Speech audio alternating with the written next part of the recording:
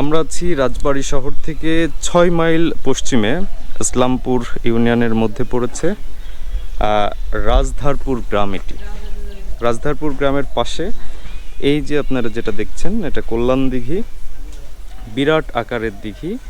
বর্তমানে সমতল বিরাট বিলে পরিণত হলেও দিঘির সীমানা নির্ধারণ করা বেশ কষ্টকর, কারণ এখানে রয়েছে প্রায় 256, যদি ভুল না করে থাকি 256 পাখি, হ্যাঁ, বা 16 খাদা জায়গা নিয়ে এই বিশাল দিঘিটি। এটি খনন করা হয়েছিল প্রায় 1600 শতাব্দীতে। রাজা সীতারাম রায় এটা খনন করেন। রাজা সীতারাম তার রাজধানী মোহাম্মদপুরে অনেক দিঘি খনন করেন। রাজা সীতারাম রায়ের খান জাহান আলীর মতো একদল বেলদার সৈন্য ছিল, যাদের সংখ্যা ছিল প্রায় 200। তারা যুদ্ধের সময় ছাড়া অন্য সময় জলাশয় খনন করে লোকের জল যে কষ্ট সেটা দূর করত।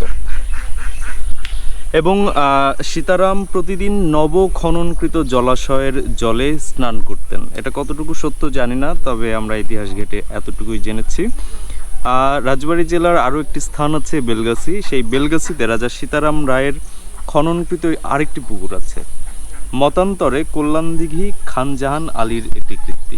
তার মানে সীতারাম রায় যেটা খনন করেছে এটার স্পষ্ট সাক্ষ্য প্রমাণ আসলে দুর্লভ, কারণ একটা জনশ্রুতি আছে যে খান জাহান আলী কল্যাণ দিঘিটি খনন করেছিলেন।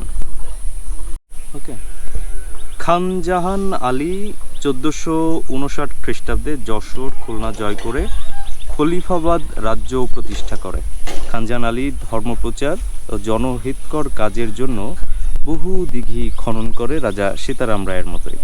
বাগেরহাটে খান জাহান আলী কর্তৃক যে দিঘি সেটিকে অন্যতম দিঘি হিসেবে আখ্যায়িত করা যায়। আপনারা যারা বাগেরহাটে গিয়েছেন দেখে থাকবেন। খান জাহান আলী পরে পীর হিসেবে ধর্মপ্রচারের উদ্দেশ্যে একদল ধর্মপ্রচারককে উত্তর পূর্বাঞ্চলে পাঠান।